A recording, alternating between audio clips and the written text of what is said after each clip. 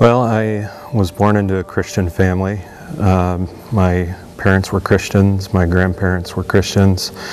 Raised in the church as a minister's son. Pretty much meant any time that the doors were open at the church, our family was there. My family moved to Rochester, Minnesota when I graduated high school. When we came up here, I didn't really know anybody in the area, didn't really have any friends. Was looking to get involved with something, so I started working as soon as we moved up here at a hotel in town. I continued to work there, and as I did, I decided that I wanted to enroll in Minnesota Bible College to at least start my associate's degree and get my base for a bachelor's degree. I decided that I wanted to pursue ministry. I had a passion for people and for helping people.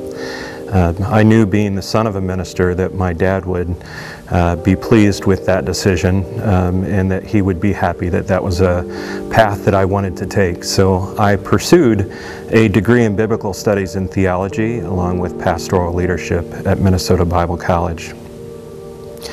Made some great friends at the college, one of which would become my wife. I got married at a young age. At the time I was 21 and was very excited about that, entering into a new phase of life. I continued to work at the hotel, and I graduated from Minnesota Bible College.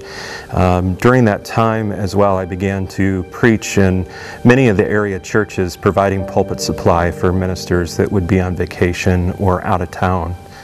Within about a year of being married, things were going well for us. I started to have some struggles in my life.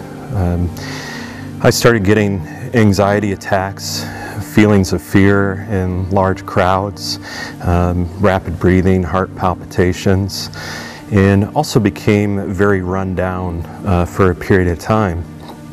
This was ultimately diagnosed as anxiety as well as depression.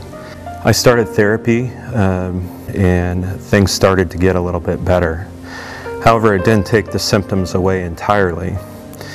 So I started to look for ways that I could alleviate those symptoms in my life. I eventually turned to the use of alcohol as well as tobacco, and found that the combination of the two really helped to provide a calming in my body. This became very hard on our marriage. 2003 was really a year that changed my life. At the beginning of the year, my grandfather was diagnosed with cancer, and within the matter of a month or so, he had passed away. I was very close with him growing up, and he was a very important part of my life. Within just a short amount of time after that, I was in a pretty serious accident in my pickup truck. I was T-boned while I was turning onto the highway, rolled the truck 3 times.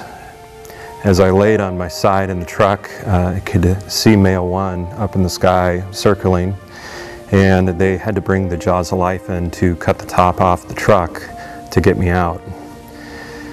At that point, I realized that I was alone. I didn't have anybody to lean on. I wanted the support of the church. However, I didn't feel that. I would often come to church, and there might be people that would say hello. There were some people who used to talk to me all the time that wouldn't talk to me any longer. There was people that would sometimes just pass and avert their eyes another direction. I started using alcohol and tobacco heavier. I began frequenting several of the bars in town, and I loved it. The moment you walked in, people knew who you were. You would often see the same people there. The bartenders knew your name. It was a feeling of being wanted and belonging. I had a change in my medication that I was taking for the depression and anxiety, and I didn't heed the warnings about drinking alcohol with it. The next thing that I remember, I woke up in detox, and I found out that I had instigated a fight at the bar, and that there had been a brawl. And that ultimately I was facing 6 charges of disorderly conduct as well as brawling. Sitting in detox was incredibly lonely. It was incredibly depressing and feeling of complete isolation. So where I found myself was 24 years old, divorced, in an incredible amount of debt, anxious, depressed, and looking for meaning in my life. It was at this point in time that I decided it was definitely time to get my life together. I realized that it didn't come from other people, but my self-worth really came from Jesus Christ and the love that He had for me through all the various things that had happened in life that I felt were unfair. He was there. One of the verses that often comes to mind for me is Jeremiah 29:11 through 13. And I had heard this verse when I was growing up. And it says, "For I know the plans I have for you, declares the Lord, plans to prosper you and not to harm you." And I'd always heard that as being a verse that, as Christians, that God would guide us and He would direct us. He knew the plans that He had for our lives, and He wouldn't harm us. If you go just a verse further, it says, "You will seek me and find me when you seek me with all of my heart." One night when I read that, I came to the realization that I needed to really focus on seeking God. The person that I thought I was when I came out of college, I may have come across as being conceited at times, as seeming that I had my life all together. And God was really preparing me to enter into a lesson of brokenness.